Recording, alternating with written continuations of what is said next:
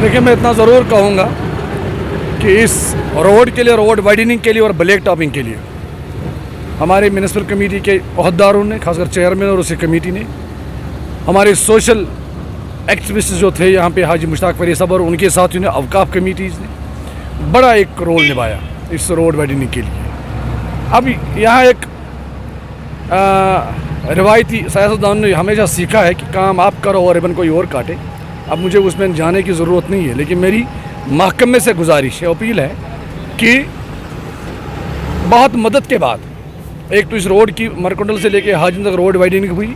और उसके बाद ब्लैक टॉपिंग हो रही है, लेकिन जो एज़ पर एस्टिमेट इस पर काम होना चाहिए। मेरे पास भी शिकायतें मौसूल हुई है, लोग आए हैं मुझे कह रहे हैं कि जो एस्टिमेट के मुताबिक काम होना चाहिए वो काम नहीं हो रहा है। और आप खुद भी देखिए, हम सब यहाँ के रहने वाले हैं और हम नहीं समझते हैं कि इसमें कोई लापरवाही हो, कोई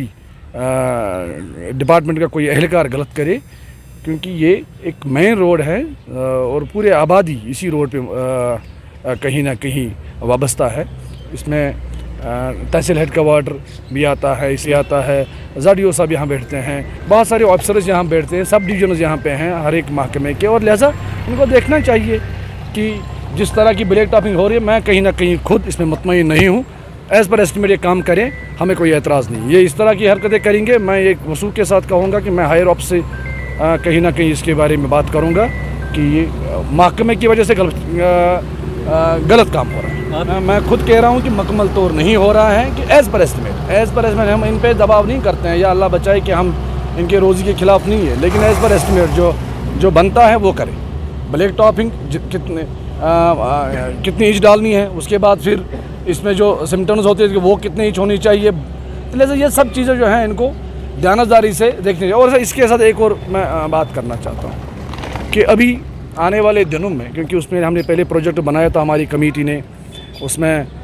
DPR भी अप्रूव हैं, उसमें अप्रूवल भी, एडमिनिस्ट्रेटिव अप्रूवल भी आ चुका है। गफलत की वजह से, हमारे R&B अफसरों की गफलत की वजह से कहीं ना कहीं वो काम रुक गए थे।